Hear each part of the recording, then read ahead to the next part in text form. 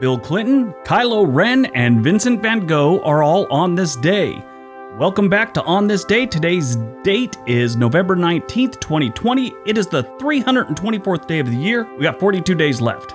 Today is the 47th Thursday and the 59th day of fall. We only got 32 days left until winter. Still, I'm a firm believer that someone's getting that wrong because it is winter here in Oregon, as far as I'm concerned. Today is World Toilet Day, something I celebrate every day. World Toilet Day aims to raise the awareness about sanitation and hygiene. Poor sanitation and hygiene refer to a lack of access to clean drinking water. Who's putting drinking water in their toilet?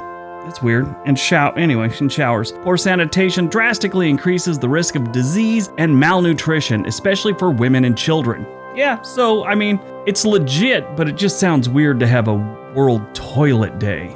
Anyway, let's see what else November 19th has given us. 1863, the American Civil War. U.S. President Abraham Lincoln delivers the Gettysburg Address at the dedication ceremony for the military cemetery at Gettysburg, Pennsylvania. Lincoln's carefully crafted address came to be seen as one of the greatest and most influential speeches in American history. You know, what's really funny is most people have heard of the Gettysburg Address. They know Lincoln gave the Gettysburg Address, but not a lot of people know the Gettysburg Address. They know about it, they just never really heard it. Or maybe they read it in school and they really don't know much about it. It's weird. 1944, World War II. U.S. President Franklin Delano Roosevelt announces the Sixth War Loan Drive, aimed at selling $14 billion in war bond to help pay for the war effort. The drive technique used during World War I was replaced in part by the continual campaign using a payroll deduction plan. 8 different drives were conducted during this campaign. After the war, they continued to be offered as retail investments until 1980, when they were replaced by savings bonds. 1959, the Ford Motor Company announces the discontinuation of its unpopular Edsel.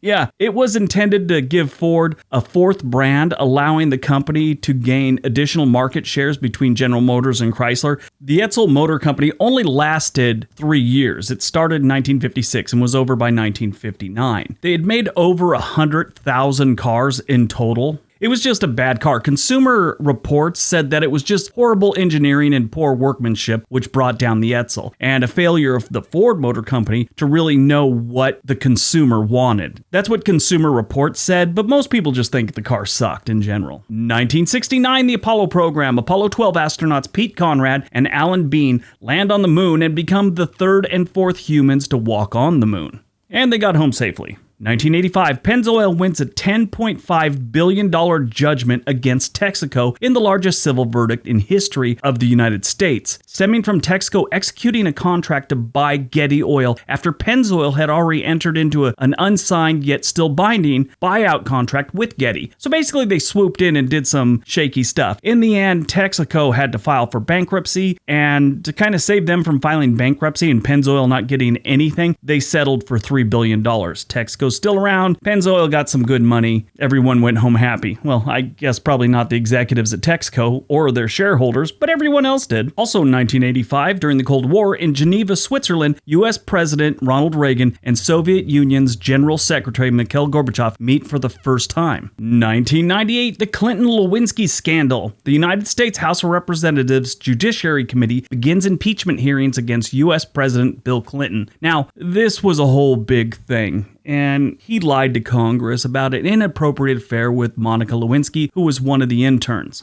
It started off as something else, but ended with this. They found nothing in the Whitewater, investigation, but for some reason the lying to Congress basically stepped forward, and that became the scandal. I have weird feelings on that. I think, if a president did something like that, lying to Congress is wrong, but I don't think they should have been asking about the relationship, in my opinion, unless it was something illegal, like, teachers aren't allowed to have sex with students, even if they are of age in some states, things like that. I think if there was some kind of law against doing that with interns, that should have been the problem, but he lied about it, so he got in trouble. To this day, my aunt still refers to him as Slick Willie. 1998, Vincent van Gogh's Portrait of the Artist Without Beard sells at auction for $71.5 million. At the time, this was the most expensive painting ever sold. The painting may have been Van Gogh's last self-portrait and was painted in September of 1889. 9. Movies released on November 19th, 1975. One Flew Over the Cuckoo's Nest. That movie was great. Had Danny DeVito, Jack Nicholson, Christopher Lloyd, Louise Fletcher, and Will Sampson. If you ever get a chance, YouTube Louise Fletcher's Academy Award acceptance speech for the part she played here in One Flew Over the Cuckoo's Nest. It was really nice thing, but the whole time she was signing, sign language. I guess both her parents are deaf. So she signed the whole thing, which I thought was really interesting because this was back in a time when, they didn't have things like that. Like just about any show has someone signing off to the side and all that. She did it for her parents. I thought that was really nice. But she grew up in Arab, Alabama, which is another interesting place. I've talked about that place on my other channel. They named the town Arab after one of the town's founders' oldest sons, but the problem was his name was Arad with a D at the end, not Arab. Also released on November 19th, 2004, we got National Treasure, probably one of Nicolas Cage's last decent movies. Ever since those movies, he did a few of them, he's been doing nothing but straight-to-video type things. It's been horrible. He used to be such a good actor. I loved a lot of his movies, all the way back to Valley Girl. Born on November 19th. Pretty much everyone. Indira Gandhi, born in 1917. Meg Ryan, born in 1961. Jodie Foster, 1962. Jack Dorsey, the founder of Twitter, and basically he's an American technology entrepreneur and philanthropist. He was born in 1976. Adam Driver, who's played Kylo Ren, was born in 1983. Yeah, they got a ton of people. Larry King, too. Missed him. Allison Janney, James A. Garfield, Ted Turner, Dan Haggerty, who was Grizzly Adams. Come on, can't forget him. Calvin Klein. So many people born on November 19th. Died on November 19th, 2017. We lost everybody's favorite crazy cult leader, Charles Manson. Everyone knows his story. He died at the age of 83 due to cardiac arrest resulting from respiratory failure and colon cancer. He was transferred from California State Prison in Corcoran to Mercy Hospital in Bakersfield, where he would die.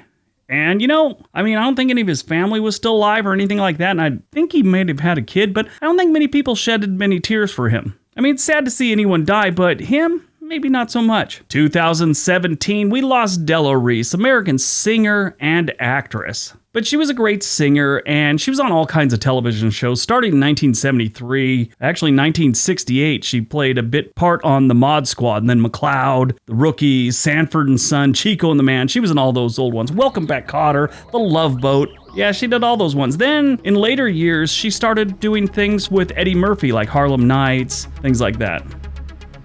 All right. That's today's video. I hope you guys enjoyed it. Hope you got some information out of it. It was weird how many people were born on this day. How many famous people, I should say. Kind of strange. Anyway, all right.